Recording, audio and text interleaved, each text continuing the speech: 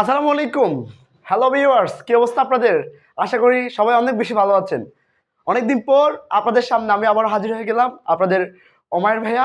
আপনারা জানেন ওমাইস টিউটোরিয়াল আপনাদের জন্য একটা ফ্রি ক্লাসের ব্যবস্থা করেছে, মানে ইকোনমিক্স ফার্স্ট পেপারের একটা ফ্রি ক্লাসের ব্যবস্থা করেছি আমরা, যেখানে আপনাদেরকে প্রত্যেকটা চ্যাপ্টারের প্রত্যেকটা টপিকস খুব ভালোভাবে বুঝিয়ে দেওয়া হবে। তো তার ধারাবাহিকতায় আজকে আমি আপনাদের ইকোনমিক্স চ্যাপ্টার 1-এর অর্থাৎ প্রথম পত্রের চ্যাপ্টার 1-এর লেকচার নাম্বার 4 নিয়ে হাজির হয়েছি। তো এই ক্লাসটুকু করার আগে আপনাকে অবশ্যই লেকচার 1 থেকে 3 করে আসতে হবে। এখন আপনার প্রশ্ন হলো, ভাইয়া কোথায় করব, কিভাবে করব? আমাদের ওমাইস টিউটোরিয়াল ফেসবুক পেজ অথবা ওমাইস টিউটোরিয়াল এইচএসসি যে পেজটা গ্রুপ আছে, সেখানে গিয়ে যদি চেক করো তাহলে দেখবা ভিডিওর মধ্যে সব সাজানো আসছে। তোমরা লেকচার 1 থেকে 3 পর্যন্ত ক্লাসগুলো করে আসবা, দেন এই ক্লাসটুকু করবা। তো আর কথা বাড়াচ্ছি না ভিউয়ার্স, আমরা এখন পড়াশোনাতে চলে যাই। আমাদের আজকের টপিকস হচ্ছে অধ্যাপক পি.এস. স্যামুয়েলসন নিয়ে। আমরা আজকে কাকে নিয়ে পড়াশোনা করতো? অর্থনীতিবিদ পি.এস. স্যামুয়েলসন নিয়ে। তো শুরু করুন, আসেন। আমি আজকে শুরু করতেছি। দেখেন, আমরা যে টপিকসটুকু পড়বো তা হলো অর্থনীতিবিদ পি.এস. স্যামুয়েলসনের মতো অর্থনীতিতে মূলত 3টা সমস্যা দেখা যায়। তো সেই সমস্যাগুলো কি, সেগুলো আমরা একটু কি করব, সমাধান করব। তো দেখো বলছি কি, অর্থনীতিবিদ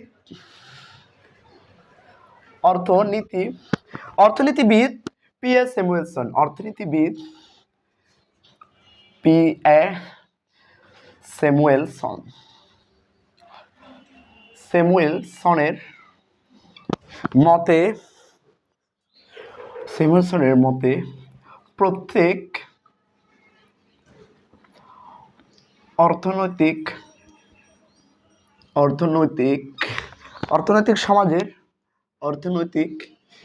সমাজের মৌলিক সমস্যা কয়টি?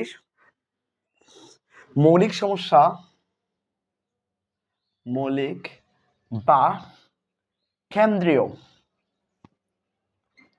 কেন্দ্রীয় সমস্যা হলো 3টি। কয়টি? 3টি। সমস্যা হলো 3টি।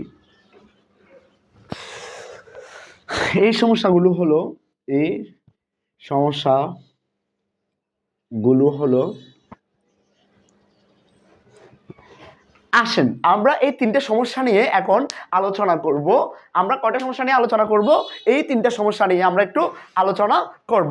অর্থাৎ অর্থনীতিবিদ পি.এস. স্যামুয়েলসনের মতে অর্থনৈতিক সমাজে মূলত মৌলিক বা কেন্দ্রীয় মানে প্রধান 3টে সমস্যাকে উল্লেখিত করা হয়। এখন স্যার আপনার কোয়েশ্চন হচ্ছে, সেই 3টা সমস্যাগুলো কি কি? ভয় পাওয়ার কিছু নেই, আমি আছি, ইনশাল্লাহ আপনাদেরকে বুঝিয়ে দিব। আসেন আমরা প্রথমে 3টে সমস্যার জন্য 3টা রোমান সংখ্যা দিয়ে আমি একটু লিখে ফেলি, 2, 3। আসলে আমার ক্লাসগুলো একটু লেন্দি হয়, কারণ হচ্ছে আমি নোট করাই দিই, ক্লাসের পরে ক্লাসে নোট করাই দিই, যার কারণে আমার ক্লাসগুলো একটু লম্বা হয়। তো ভিডিও ছোট দিলেও আপনাদের কাছে আমি যতটুকু ভিডিও দিব ততটুকু কিন্তু আমি নোট করাবো, ঠিক আছে? আমার ক্লাস নোট করলেও উপকৃত হবে কি, আপনার পরীক্ষার আগার ক্লাস করে লাগবে না, রিভিশন দিলে এনাফ পড়াগুলা। তো দেখেন আমরা এবার মৌলিক 3টে সমস্যাগুলো কি কি দেখি। প্রথমে আমার সাথে সাথে একটু লিখে ফেলেন, কি উৎপাদন করব, কি উৎপাদন করা হবে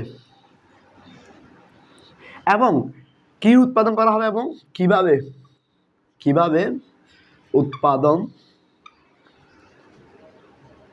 করা হবে। 3 নম্বর যে কোয়েশ্চন, কার জন্য উৎপাদন করা হবে, কার জন্য উৎপাদন করা হবে। তাহলে দেখতে পাচ্ছেন ভিউয়ার্স, আপনারা দেখতে পাচ্ছেন যে অর্থনীতিবিদ পি.এস. স্যামুয়েলসন অর্থনৈতিক সমাজের মধ্যে 3টা কেন্দ্রীয় সমস্যা দেখতে পাই। তো সেই 3টা সমস্যাগুলো কি কি, সেই 3টা সমস্যা যদি আমরা হোয়াইট বোর্ডের দিকে তাকাই, দেখতে পাচ্ছি প্রথম নাম্বার হচ্ছে কি উৎপাদন করা হবে, দ্বিতীয় নাম্বার হচ্ছে কিভাবে উৎপাদন করা হবে, 3 নাম্বারে যে ভিউয়ার্স আমরা দেখতে পাই কিভাবে উৎপাদন করা হবে এবং কার জন্য উৎপাদন করা হবে ভিউয়ার্স। এখন আপনার কোয়েশ্চেন হলো, হবে স্যার এই 3টা জিনিস যে আপনি আমাকে পড়াইছেন, এই 3টা জিনিস আমি কিভাবে বুঝবো? ভয় পাওয়ার কিছু নেই ভিউয়ার্স, বুঝিয়ে দিচ্ছি। আসুন আমরা একটু হোয়াইট বোর্ডের দিকে তাকাই। আমরা এই তিনটা জিনিস নিয়ে আলোচনা করব। প্রথম নাম্বারটা নিয়ে আমরা আলোচনা করব যে কি উৎপাদন করা হবে, অর্থাৎ আমাকে প্রশ্ন বলা হয়েছে যে কি উৎপাদন করা হবে, অর্থাৎ কোন পণ্যটি, অর্থাৎ এখানে পণ্যকে মিন্স করতেছে অর্থাৎ কোন পণ্যটি আমরা উৎপাদন করবো। ভিউয়ার্স আসেন আমি একটা রেখা আঁকি ভিউয়ার্স, একটু আমি দুইটা রেখা আঁকি, সোজা না হলেও কিছু করার নাই, আপনারা মাইন্ড করবেন না। তাহলে ধরেন আমি দুইটা রেখা আঁকলাম, মূল বিন্দুকে দিলাম 0 এবং এটাকে ধরলাম আপনার এক পাশে ধরলাম x, আরেক পাশে ধরবো y, এক পাশে ধরবো x, আরেক পাশে ধরবো আমি y। তো দুটা দ্রব্য নিলাম, আমরা দুইটা দ্রব্য নিয়েছি, একটা হচ্ছে x দ্রব্য, একটা হচ্ছে কি ভিউয়ার্স y দ্রব্য, অর্থাৎ একটা হচ্ছে x দ্রব্য আর একটা হচ্ছে y দ্রব্য। এখন ভিউয়ার্স আপনার কোয়েশ্চন হলো যে x দ্রব্য এবং y দ্রব্য নিলেন স্যার, তাহলে এগুলো দিয়ে আমরা কি করব। দেখেন এই x দ্রব্যকে আমি ধরলাম, x দ্রব্য আমি ধরবো শিল্পজাত দ্রব্য, আমি কি ধরলাম শিল্পজাত দ্রব্য ভিউয়ার্স, এবং y কে আমি ধরবো কৃষিজাত দ্রব্য। তাহলে ভিউয়ার্স আমরা দুটা পণ্য নিব, অর্থাৎ কি উৎপাদন করা যখন বলবে তখন আমরা দুটা পণ্য নিব, একটা হচ্ছে এক্স পণ্য অর্থাৎ এক্স দ্রব্য, আর একটা হচ্ছে ওয়াই দ্রব্য। ধরুন আমি এক্সকে ধরলাম শিল্পজাত এবং ওয়াইকে ধরলাম কৃষিজাত দ্রব্য। আসেন আমি জিনিসটা বুঝাই দিই। আমরা প্রথমত দুইটা বিন্দু দিব। দেখেন ভিউয়ার্স আমরা প্রথমত কয়টা বিন্দু নিব, দুটা বিন্দু নিব। একটা হচ্ছে এ বিন্দু, ধরেন আমি এটা একটা এঁকে দিই, কেমন একটা নিলাম আমি, এই দুটা বিন্দু দিলাম, একটা নিব এ বিন্দু, আরটা নিব বি বিন্দু। এখন ভিউয়ার্স আপনার কোয়েশ্চেন স্যার আপনি বলছেন কি উৎপাদন করা হবে, তার মানে আপনি উৎপাদন করতে পারবেন একটা, হয় কৃষিজাত দ্রব্য না হয় শিল্পীজাত দ্রব্য। এখন দেখেন ভিউয়ার্স আমরা যখন সাধারণত এই কৃষিজাত এবং শিল্পজাত দ্রব্যটা দুই ক্ষেত্রেই উৎপাদন করা যায়। যখন আপনি বাংলাদেশের মতো দেশগুলোতে, অর্থাৎ উন্নয়নশীল দেশ, সরি ভিউয়ার্স, যখন উন্নয়নশীল দেশ মানে যারা কি অর্থনৈতিকভাবে দুর্বল বা উন্নয়নশীল, এবং আরেকটা হচ্ছে কি আধুনিক রাষ্ট্র, এই দুটা রাষ্ট্রের মধ্যে আমরা দুইটা পণ্য উৎপাদন করতে পারবো। মনে রাখবেন বাংলাদেশ, ইন্ডিয়া, পাকিস্তান এইসব দেশ হচ্ছে কৃষিজাত উৎপাদনমূলক রাষ্ট্র, এবং আমেরিকা, তারপর হচ্ছে আপনার কানাডা, তারপর হচ্ছে ধরেন আপনি অস্ট্রেলিয়া, ইংল্যান্ড, এইসব রাষ্ট্রে উৎপন্ন হয় শিল্পজাত দ্রব্য। এখন ভিউয়ার্স দেখেন আমাকে যখন বলা হয়েছে যে আপনি কৃষিজাত দ্রব্য উৎপন্ন করবেন, অর্থাৎ আপনি ওয়াইটা উৎপন্ন করবেন, তখন দেখেন ভিউয়ার্স আমি যখন ওয়াইটা উৎপন্ন করব তাহলে ওয়াই কতটুকু পর্যন্ত করলাম, এ বিন্দু পর্যন্ত। তাহলে দেখেন তো ভিউয়ার্স আমি যদি ওয়াইটা বেশি উৎপন্ন করি তখন আমার কি হবে, ধরেন আমি বিন্দুগুলোর নাম দিচ্ছি, এটা দিলাম হচ্ছে Q1, এটা দিলাম Q2। এখন ভিউয়ার্স দেখেন আমি যখন ওয়াই দ্রব্যটা উৎপন্ন করলাম তখন ওয়াই দ্রব্যটা বেশি উৎপন্ন করব, তখন দেখেন তো এই যে আমার এ বিন্দুতে দ্রব্যটা Q1 বিন্দুতে কম হবে না, অর্থাৎ আমি যখন এ বিন্দুতে ওয়াই দ্রব্যটা বেশি উৎপন্ন করব তখন শিল্পজাত দ্রব্যটা কি হবে, কম উৎপন্ন হবে, মানে একটা বেশি উৎপন্ন করলে একটা কম হবে। ভিউয়ার্স দেখেন যখন আমি কৃষিজাত দ্রব্যটা এ বিন্দু পর্যন্ত উৎপন্ন করলাম তখন শিল্পজাত দ্রব্যটা কমে গেছে না, দেখতে পাচ্ছেন। আবার যখন আমি শিল্পজাত দ্রব্য উৎপন্ন করব, অর্থাৎ যখন আমি শিল্পজাত দ্রব্য উৎপন্ন করব, ধরেন আমি যখন কি করলাম, আমি যখন শিল্পজাত দ্রব্য উৎপন্ন করব, ভিউয়ার্স যখন শিল্পজাত দ্রব্য উৎপন্ন করব তখন আমাদের কি হবে, কৃষিজাত পণ্যটা কমে যাবে না। এই যে বি বিন্দুতে যখন আমি শিল্পজাত দ্রব্য উৎপন্ন করব তখন বি বিন্দুতে এই বড়টা থেকে এটা ছোট হয়ে গেছে না। তার মানে ভিউয়ার্স আমরা একটা কথা বুঝতে পারতেছি যে আপনি যখন হয় কৃষিজাত উৎপন্ন করবেন না হয় শিল্পজাত দ্রব্য উৎপন্ন করবেন, যখন যে কোনো একটা জিনিস উৎপন্ন করতে যাবেন একটা বেশি উৎপন্ন করলে একটা কম উৎপন্ন হবে, যেটা আমরা এই চিত্রের মাধ্যমে বোঝানোর চেষ্টা করেছি। আশা করি ভিউয়ার্স আপনারা খুবই সুন্দরভাবে বিষয়টুকু বুঝতে পেরেছেন ভিউয়ার্স, ঠিক আছে। তাহলে আমরা এবার আমাদের নেক্সট টপিকে চলে যাই, যে অধ্যাপক পিএন সেমনসনের 2 নাম্বার জিনিসটা হচ্ছে আমরা কিভাবে উৎপাদন করব। আসেন কিভাবে উৎপাদন করব সেটাই আমরা একটু শিখবো, ঠিক আছে ভিউয়ার্স। এখন আমরা শিখবো প্রিয় শিক্ষার্থীরা যে কিভাবে উৎপাদন করব। দেখেন আমি প্রশ্নটা লিখতেছি, বলা হয়েছে 2 নম্বরে পিএস স্যামুয়েলসন বলা হয়েছে কিভাবে উৎপাদন করা হবে, কিভাবে উৎপাদন করা হবে। এখন ভিউয়ার্স, যখন আপনাকে জিজ্ঞেস করা হবে কিভাবে উৎপাদন করা হবে, এই জিনিসটা জানার আগে আপনাকে একটা জিনিস জানতে হবে, যেটা হচ্ছে কি সম উৎপাদন রেখা। একটা জিনিস জানতে হবে, সেটা কি উৎপাদন সম উৎপাদন রেখা। সম উৎপাদন রেখা অর্থাৎ ভিউয়ার্স, সম উৎপাদন রেখা জিনিসটা আমাদেরকে অবশ্যই জানতে হবে। এখন আসেন সম উৎপাদন রেখাটা কি আমরা দেখি। সম উৎপাদন রেখাটা হলো সম উৎপাদন রেখা হলো এমন একটি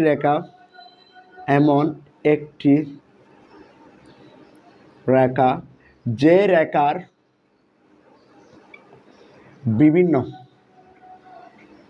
ভিউয়ার্স আমার লেখাটা একটু খারাপ, আপনারা কষ্ট করে বুঝে নেবেন। যে রেখার বিভিন্ন বিন্দুতে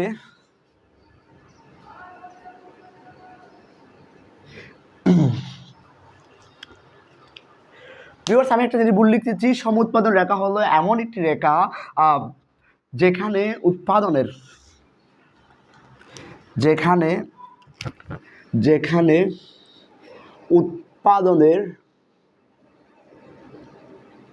উৎপাদনের কি দুটি উপকরণের মাধ্যমে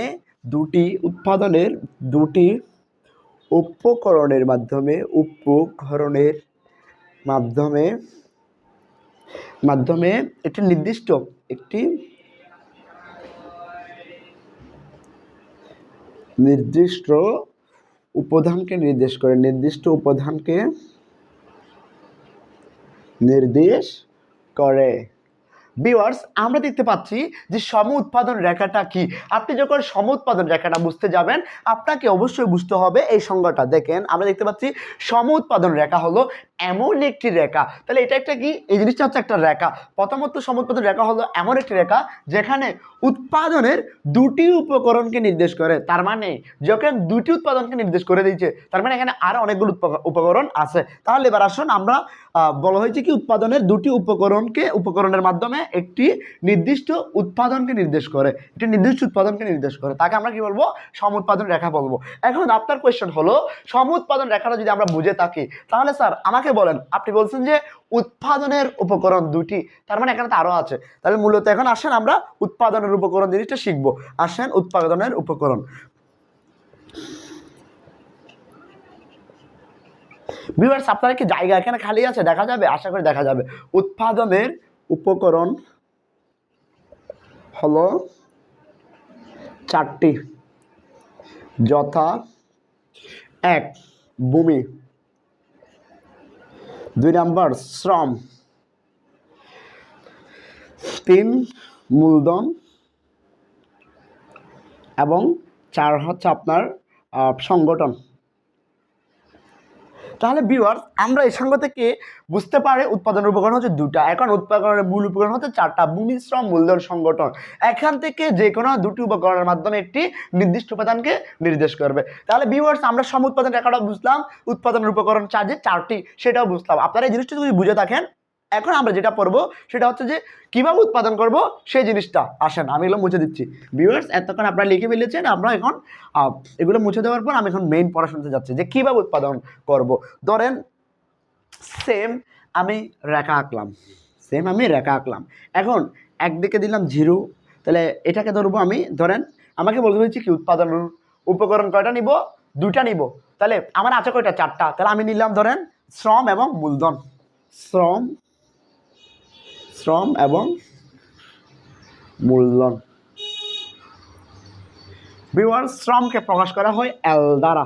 তাহলে এল মানে কি, এল মানে হচ্ছে ভিউয়ার্স লেবার, অর্থাৎ লেবারকে আমরা শ্রমিক বুঝাই, তো লেবার থেকে এলটা ধরা হয়েছে, ঠিক আছে। এবং মূলধনকে সবসময় প্রকাশ করা হয় কে দিয়ে, অর্থাৎ ক্যাপিটাল। এখন ভিউয়ার্স আপনার প্রশ্ন হচ্ছে স্যার যদি ক্যাপিটাল বানানো হচ্ছে, যে ক্যাপিটাল বানানো আমরা কি জানি, CAPITAL, ক্যাপিটাল। এখন ভিউয়ার্স আপনার প্রশ্ন হচ্ছে স্যার আপনি আমাকে বলেছেন মূলধনের ইংলিশ হচ্ছে ক্যাপিটাল, তাহলে এখানে যে সি বসানোর কথা না। ভিউয়ার্স আমরা বসাবো কে, কেন আমাদের সিটা উচ্চারণ হয় কিসের মতো, সিটা যখন বাংলা ব্যাকরণ আপনি উচ্চারণটা পড়বেন দেখবেন এটা কে এর মতো উচ্চারণ হচ্ছে, অর্থাৎ কে, কে এর মতো উচ্চারণ হচ্ছে, তো সেজন্য আমরা বসাবো কে। অর্থাৎ কারণ, এবার একটা কোয়েশ্চেন হতে পারে সি বসালে কি হইতো, কারণ অর্থনীতিতে সি দ্বারা বোঝানো হয় কস্ট, তো সেজন্য আমরা সি দ্বারা যেহেতু আমাদের কস্টটা বোঝানো হয় তার কারণে আমরা কে বসাবো। এই জিনিসটা নিয়ে অনেকের অনেক বেশি কনফিউশন, সো আমরা আশা করি বুঝতে পারছি। এবার আসলে আমরা চিত্রটা বুঝি, ঠিক আছে। এখন আমাদের লাগবে কয়টা, দুটো উপাদান। তা আমি ধরো এখানে 3টা বিন্দু আঁকলাম, প্রথমে একটা রেখা আঁকলাম, একটা কি সম উৎপাদন রেখা। যেহেতু আমি তোমাদের সম উৎপাদন রেখা আঁকাইছি, তাহলে এই জিনিসটার নাম কি সম উৎপাদন রেখা। তাহলে সম উৎপাদন রেখা জিনিসটা কি ভিউয়ার্স, দেখেন সম উৎপাদন রেখা আমি 3টা রেখা আঁকলাম, প্রথমে একটা আঁকলাম, এরপর আরেকটা আঁকলাম। এখন সম উৎপাদন রেখার এই 3টা যে বিন্দু দেখতে পাচ্ছ ভিউয়ার্স, এগুলোর নাম আমি দিব, এখন এগুলোর নাম দিব আমি, একটা হচ্ছে কি, একটা তোমার একটা এ, একটা বি, একটা সি। এখন ভিউয়ার্স আসা জিনিসটা কিভাবে উৎপাদন করব, আমি কি শ্রমিক দ্বারা উৎপাদন করব নাকি আমি মূলধন দ্বারা উৎপাদন করবো? ধরো ভিউয়ার্স উন্নত দেশগুলোতে মূলধন বেশি প্রয়োজন, ওদের মূলধন বেশি, আর আমাদের দেশে কি বাংলাদেশ ইন্ডিয়া সব দেশে শ্রমিক বেশি। ধরো আমি যখন উন্নত দেশে এ বিন্দুতে মূলধন দ্বারা উৎপাদন করব, তখন মূলধনটা বেশি হবে না এ বিন্দুতে, তখন এইটার নাম দিলাম ধরো Q1, Q0, Q2। যখন আমি এ বিন্দুতে মূলধন বাড়াবো তখন কি হবে, শ্রম একটু কম হবে, যখন মূলধন বেশি তখন শ্রম কম। ধরো আমি যখন বাংলাদেশের মতো দেশে কি করব, উৎপাদন করব, ধরো Q2 উৎপন্ন করলাম, যেহেতু বাংলাদেশে কি আছে শ্রমিক বেশি, তো আমি শ্রমিক বেশি কাজে লাগাবো, ধরো শ্রমিক বেশি কাজে লাগাইলাম, তাহলে শ্রমিক বেশি কাজে লাগাইলে আমার মূলধনটা কমে যাবে না, এই দেখো সেই বিন্দুতে। বুঝতে পেরেছো? অর্থাৎ তোমাকে যখন জিজ্ঞেস করা হবে মূলধন দ্বারা উৎপাদন করো, তখন দেখবা তোমার মূলধনটা বেশি হবে, আর যখন শ্রম দ্বারা বলবে তখন শ্রম বেশি হবে, মূলধন কম হবে। বুঝতে পেরেছো কিভাবে উৎপাদন করবো বিষয়টা?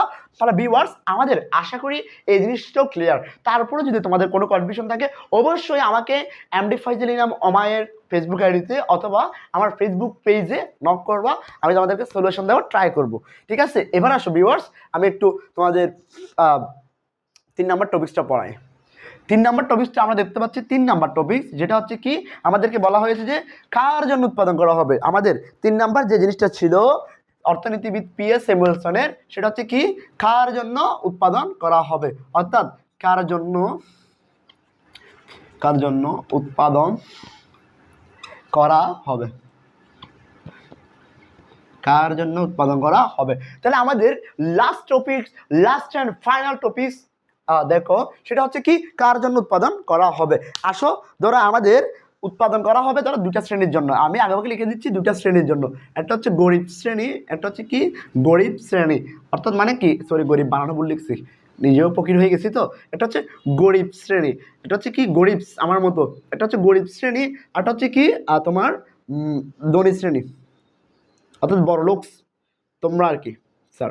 তাহলে একটা হচ্ছে গরিব শ্রেণী, একটা হচ্ছে ধনী শ্রেণী। এখন আমাকে বলা হয়েছে যে কার জন্য উৎপাদন করা হবে, তো ধরো আমি একটা রেখা আঁকলাম, এদিকে দিলাম ধরো তোমার আমি গরিব শ্রেণীকে দিলাম y, ধনী শ্রেণীকে দিলাম x, তো এই পাশে দিলাম আমি x, এই পাশে দিব y। আমি বুঝাতে পারছি x দ্বারা ধনী শ্রেণীকে প্রকাশ করা হচ্ছে, y দ্বারা গরিব শ্রেণীকে প্রকাশ করা হচ্ছে। তো ভিউয়ার্স দেখো আমি 2টা রেখা আঁকতেছি, এই রেখাটাকে আমি এখানে মিলাই দিলাম, দাঁড়াও ভিউয়ার্স। এখন আমি এই বিন্দুতে দিলাম, এটা দিলাম এ বিন্দু, এটা দিলাম বি বিন্দু। এখন ভিউয়ার্স আমাকে যখন বলা হবে ওয়াই দ্বারা আমরা কি প্রকাশ করছি, গরিব শ্রেণী, ধর আমাকে বলা হচ্ছে গরিব শ্রেণীর জন্য উৎপাদন করবেন আপনি, ধনী শ্রেণীর জন্য কম উৎপাদন করবেন। তাহলে গরিব শ্রেণীর জন্য যখন উৎপাদন করতে বলবে, যদি আমি গরিব শ্রেণীর জন্য করি তখন অবশ্যই ধনী শ্রেণীর কম উৎপাদন হবে। তো দেখেন আমি যখন ওয়াই বিন্দুতে গরিব শ্রেণীর জন্য এ বিন্দু পর্যন্ত উৎপাদন করব, তখন সেম এদিকে দেখেন তো Q1, Q2, তখন দেখেন তো এদিকে কম হবে না। আবার যখন আমাকে যখন বলা হবে ধনী শ্রেণীর জন্য উৎপাদন করেন, তখন আমি এদিকে ধনী শ্রেণীর জন্য বাড়াই দিব, এদিকে বি বিন্দুতে ধনী শ্রেণী কম হবে। বুঝতে পেরেছো ভিউয়ার্স? দেখি এটা কি বুঝতে পেরেছো কিনা বলো ভিউয়ার্স তোমাদের। তো ভিউয়ার্স আশা করি তোমরা সবাই এই বিষয়টুকু অনেক ভালোভাবে বুঝতে পেরেছো। আমি খুব ডিটেলসলি বোঝানোর চেষ্টা করেছি। আমাদের লেকচার ফুল অলরেডি আজকে শেষ হয়ে গিয়েছে। তোমাদের যে অধ্যাপক পিএস স্যামুয়েলসনের যে 3টা জিনিস ছিল, আমরা যদি একবার মুখস্থ রেকেফ করি, অধ্যাপক পিএস স্যামুয়েলসন আমাদের অর্থনীতির সমাজে 3টে সমস্যার কথা বলেছে। সেগুলা কি? একটা হচ্ছে কি উৎপাদন করব, কীভাবে উৎপাদন করব, কার জন্য উৎপাদন করব। তাহলে আমরা 3টা জিনিস বুঝতে পেরেছি। তো ভিউয়ার্স, আপনাদের জন্য একটা সুখবর, আমাদের এইচএসসি 26 বেশ যারা আছেন আপনারা, অথবা এইচএসসি 25-এ যাদের ইকোনমিক্স পাস পেপার এবং সিভিক্স পাস পেপারের প্রস্তুতিটা গোছানো হয় নাই, তারাও চাইলে আমাদের এই বেচে ভর্তি হতে পারেন। অর্থাৎ চট্টগ্রামের বিভিন্ন স্বনামধন্য কলেজের, সিডিএ পাবলিক, ইসলামিয়া কলেজ, আপনার মরিয়াল কলেজ বলেন, ঢাকার রেসিডেন্সি কলেজ বলেন, অনেক কলেজের স্টুডেন্ট। আমরা যেখানে এখনো ছোটো প্ল্যাটফর্ম, আমাদের স্টুডেন্ট সংখ্যাটাও কম, খুব বেশি না। আমি আপনাদেরকে খুব বেশি বলে যে আমার নাম করবো সেটা না। তো ভিউয়ার্স, আমাদের এই পেইড বেসে মোটামুটি স্টুডেন্ট ভর্তি আছে। তো আপনারাও চাইলে আমাদের সাথে ভর্তি হইতে পারেন। আমাদের এই প্রস্তুতিটা হবে সবার সেরা। কেন? কোনো কোচিং সেন্টার যদি 1 বছর বা 6 মাসের কোর্স কমপ্লিট করায়, আমরা সেখানে করাবো 3 মাসে। অর্থাৎ আমাদের এই ইকোনমিক্স এবং সিভিক্স পাস পেপারের কোর্সে তোমরা চাইলে ভর্তি হয়ে যেতে পারো। অলরেডি 32+ রেকর্ডেড ক্লাস আমাদের পেড বেসে সংযুক্ত হয়ে গিয়েছে। তো তোমরা যারা চাও আমাদের পেড বেসে ভর্তি হতে, তারা অবশ্যই আমাদের পেজ ইনবক্সে নক করবা, অথবা আমাকে পার্সোনালি নক করতে পারো 01871800531, হোয়াটসঅ্যাপ অথবা একটা মিস কল দিলে স্যার তোমাদেরকে কল ব্যাক করবো। ঠিক আছে? তো আমাদের এই বেসের ভর্তি ফি হচ্ছে আপনার ইকোনমিক্স। আমাদের এই বেজে কী কী থাকবে? আমাদের এই বেজে থাকবে ইকোনমিক্স পাস পেপার সম্পূর্ণ, ইকোনমিক্স পাস পেপার সম্পূর্ণ পেপার, এবং সিভিক্স পাস পেপার সম্পূর্ণ, সিভিক্স পাস পেপার সম্পূর্ণ। তারপর এগুলো এরপর ফ্রি হিসাবে থাকবে আইসিটি 1 এবং 4 চ্যাপ্টার কমপ্লিট,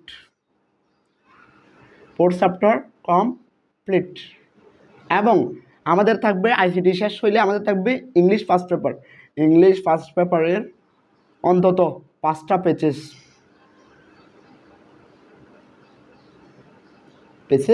শেষ করে দেওয়া হবে। বুঝতে পেরেছো? আমাদের ইকোনমিক্স এবং সিভিক্স পাস পেপার কোর্সে ভর্তি হলে তুমি ফ্রি হিসাবে পাবা আইসিটির 1 এবং 4 চ্যাপ্টারের সম্পূর্ণ বিস্তারিত ক্লাস, এবং ইংলিশ ফার্স্ট পেপারের 5টা পেজেস শেষ করে দেওয়া হবে। তো ভিউয়ার্স, আমাদের এই কোর্স ফিটা হচ্ছে আমরা সাধারণত নিই 5,000 টাকা, যেটা অলরেডি সবাই ভর্তি হয়েছে। তোমরা যারা নতুন ভর্তি হবা বা কারো আর্থিক সমস্যা থাকবে, আমাকে ইনবক্সে পার্সোনালি নক করতে পারো, তোমাদের জন্য অবশ্যই কোর্স ফিটা আমি কমিয়ে দিব। এবং যারা আমাদের এই কোর্সে ভর্তি হতে চাও এখনই, তাদের জন্য সুযোগ অফার, মাত্র 2550 টাকা দিয়ে আমাদের এই কোর্সে ডিসকাউন্ট অফারে ভর্তি হতে পারবে। অর্থাৎ এই 5000 টাকাটা না, 2550 টাকা অনলি, 2550 টাকা অনলি। অর্থাৎ প্রত্যেকটা ক্লাস রেকর্ড আকারে থাকবে যতদিন না তোমার পরীক্ষা হচ্ছে। এবং এই 2550 টাকার কোর্সে ভর্তি হলে আমাদের প্রত্যেকটা এক্সামে তুমি অ্যাটেন্ড করতে পারবা, অনলাইন বা অফলাইন তোমাদেরকে পুরস্কৃত করা হবে। ঠিক আছে? তো গাইস, আমাদের রমজান 15 রমজানের মধ্যে আমরা আমাদের এই কোর্স সম্পূর্ণ শেষ করে দিব। আমাদের এই কোর্স শুরু হয়েছিল 2 মাস আগে। ঠিক আছে? তো আমি আর কথা বাড়াবো না, আমাদের এই ভিডিওটুকু যারা দেখে থাকবা অবশ্যই আমাদের চ্যানেলটা সাবস্ক্রাইব করে দিবা, অর্থাৎ YouTube channel Omais tutorial HSC, এবং আমাদের ফেসবুক পেজে ক্লাসটুকু করবা, লাইক কমেন্ট শেয়ার তো অবশ্যই করবা ইনশাল্লাহ। ভালো লাগলে ফ্রেন্ডদেরকে বলবা যে ওমাইস টিউটোরিয়ালের ইকোনমিক্স, সিভিক্স ইত্যাদি কোর্সে তুমি ভর্তি হতে পারো। এটা হচ্ছে একটা কম্বাইন্ড কোর্স, এই কোর্সটা মাত্র 2550 টাকা অনলি। তো আমি তোমাদের সামনে থেকে আজকে এতটুকু পর্যন্ত ক্লাস নিয়ে বিদায় নিচ্ছি। ভালো থেকো সবাই, আর সবার জন্য অনেক অনেক শুভকামনা। আসসালামু আলাইকুম ওয়া রাহমাতুল্লাহ।